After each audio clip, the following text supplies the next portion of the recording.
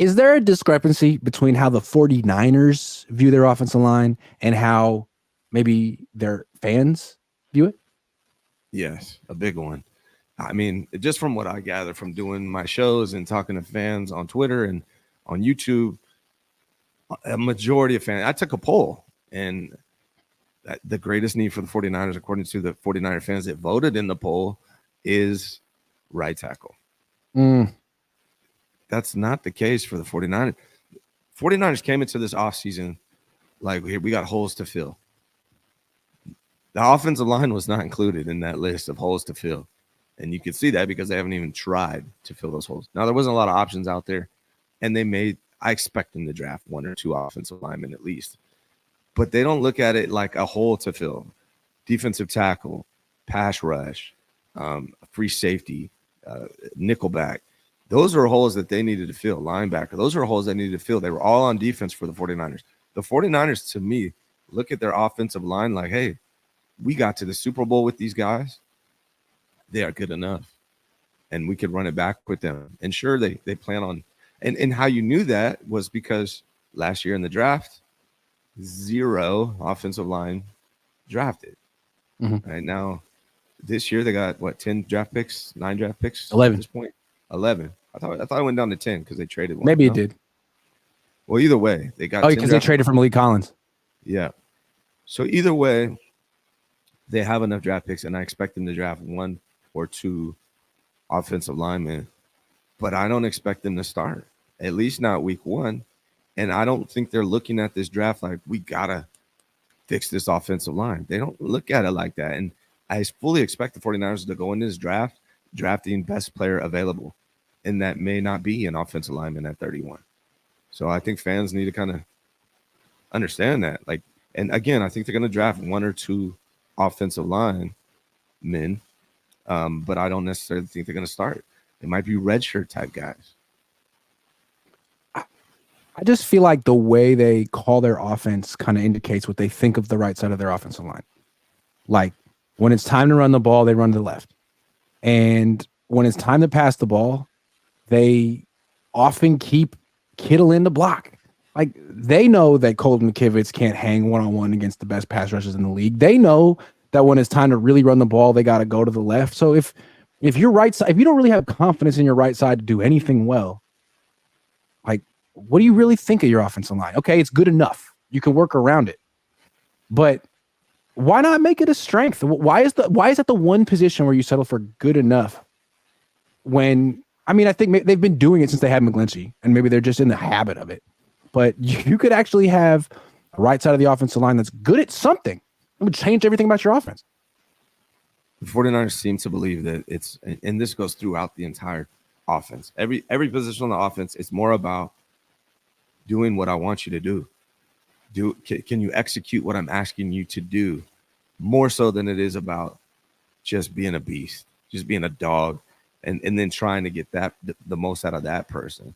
Yeah. And I think they see that in McKivitz. Like, I don't expect them to draft a lineman and then have that person understand this offense to a level that satisfies Kyle Shanahan to the point where they're going to replace McKivitz week 1. I just can't see that happening at all. This is going to be the same offensive line starting Super Bowl is going to start week 1, I believe.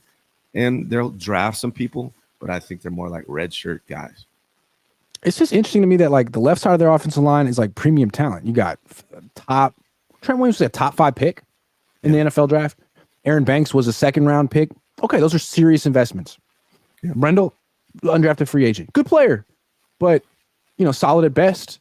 Right guard, you got John Feliciano, who's a late pick, and Spencer Burford, who's a day 3 pick. And then at Colt McKivitz, you got a 5th round pick. Like, it worked out with Banks. It worked out with Trent Williams. You don't want to make any.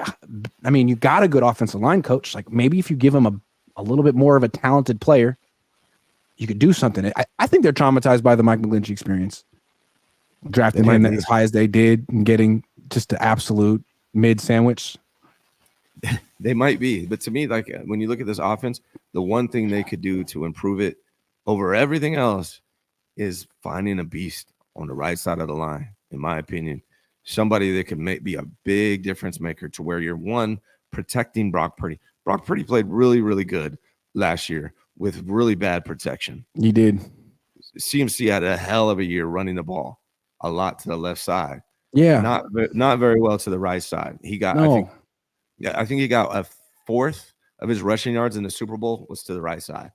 The other 3/4 were to the left. And I feel like a lot of times they have success running to the right are runs that start off to the left and McCaffrey cuts back because the defense is expecting it because that's the only, I mean, you know what I mean? Like those are runs to the right, but I'm talking about what runs where the point of attack is to the right. Do you feel confident calling ever on this team?